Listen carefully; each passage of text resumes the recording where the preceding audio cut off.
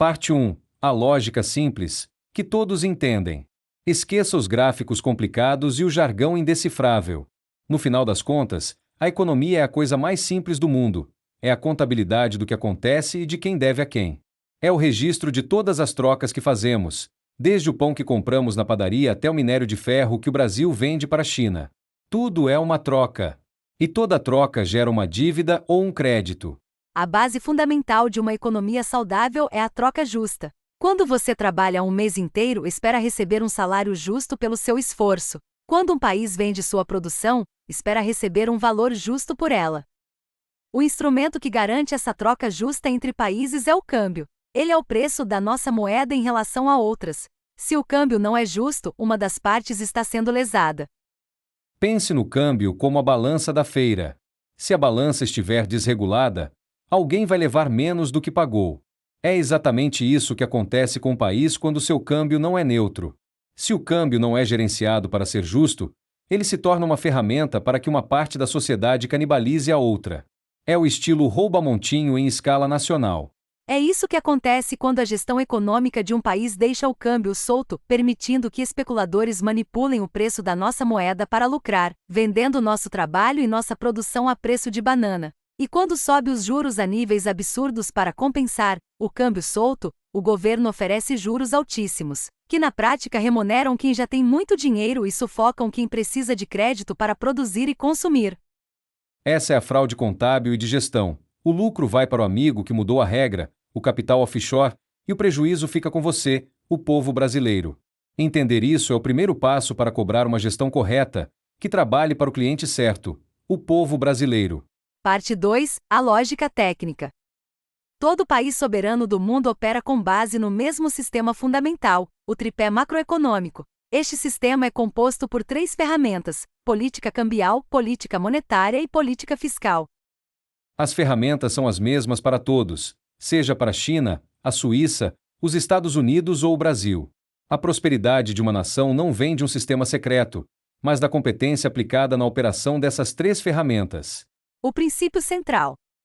O câmbio tem uma função clara: garantir a troca justa da produção e do trabalho nacional com outros países. O papel do câmbio é assegurar que essa troca seja justa e equilibrada. O câmbio gerencia a relação externa da economia, o balanço de pagamentos. A forma correta de gerir o câmbio é através da banda cambial, também chamada de câmbio neutro. O Banco Central intervém ativamente no mercado, vendendo reservas quando a moeda está fraca e comprando quando está forte, mantendo a taxa dentro de uma faixa estável e previsível. Os juros têm uma função completamente diferente: regular a oferta e a demanda interna. Eles são a ferramenta que equilibra o consumo, o investimento e a poupança dentro do país. Os juros gerenciam a relação interna da economia. Em países bem geridos, os juros reais são baixos e decentes, tipicamente entre 0 e 2% ao ano. Esse patamar é suficiente para cumprir sua função de regular a demanda interna sem sufocar a economia. Quando um banco central mantém juros reais extorsivos, como 10% ou mais ao ano, ele está cometendo uma afronta ao dever fiduciário. Juros nesse patamar não servem para regular a demanda interna. Eles servem para remunerar o capital especulativo e transferir riqueza do povo para os detentores de capital. Exemplos de gestão correta. A China opera com uma banda cambial explícita e mantém juros reais baixos, em torno de 1% ao ano. Resultados: inflação baixíssima, crescimento robusto, maiores reservas externas do mundo, lucro e prejuízo mantidos no mercado interno. A Suíça intervém constantemente no mercado cambial e mantém juros reais próximos de zero. Resultados: maior PIB per capita do mundo, inflação controlada, desemprego baixíssimo, baixa desigualdade.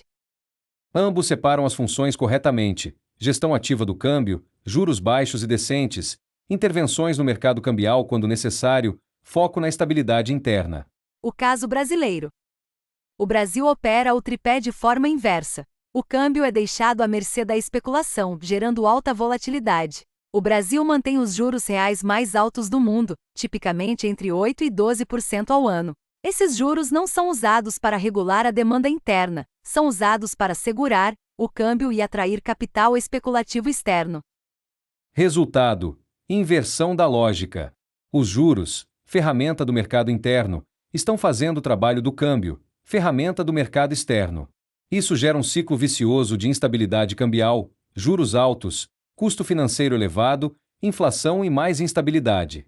Os números são brutais. Juros reais entre 8% e 12%, os mais altos do mundo. Desigualdade com índice de Gini de 0,53, a maior entre os países analisados. Inflação de aproximadamente 4,8%. Desemprego de aproximadamente 7,5%. PIB per capita de aproximadamente $10.000, baixo e similar à Argentina. A evidência mais contundente: o capital brasileiro no exterior, considerando recursos em paraísos fiscais, é estimado em 4 a 5 vezes as reservas internacionais do país. As reservas do Brasil são de 358,2 bilhões de dólares. Isso é a prova matemática de que o lucro está indo para fora e o prejuízo está ficando dentro. Conclusão. As ferramentas do tripé são as mesmas para todos. China e Suíça operam de forma similar e alcançam resultados similares. Prosperidade interna. Brasil opera de forma inversa e alcança resultados inversos. Prejuízo interno, lucro externo. O problema não é o sistema, é a forma de gestão. E essa forma de gestão não é um acidente, é uma estratégia consciente que beneficia poucos, o capital offshore, em detrimento de muitos, o povo brasileiro.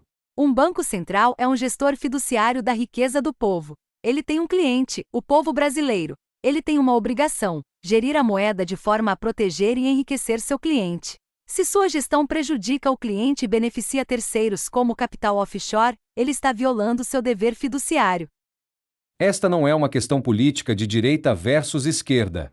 É uma questão técnica e jurídica de competência e cumprimento de dever fiduciário.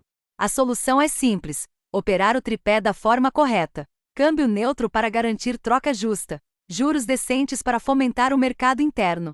Manter a riqueza gerada dentro do país. Só assim o Brasil alcançará sua soberania nacional e poderá decidir seu próprio destino.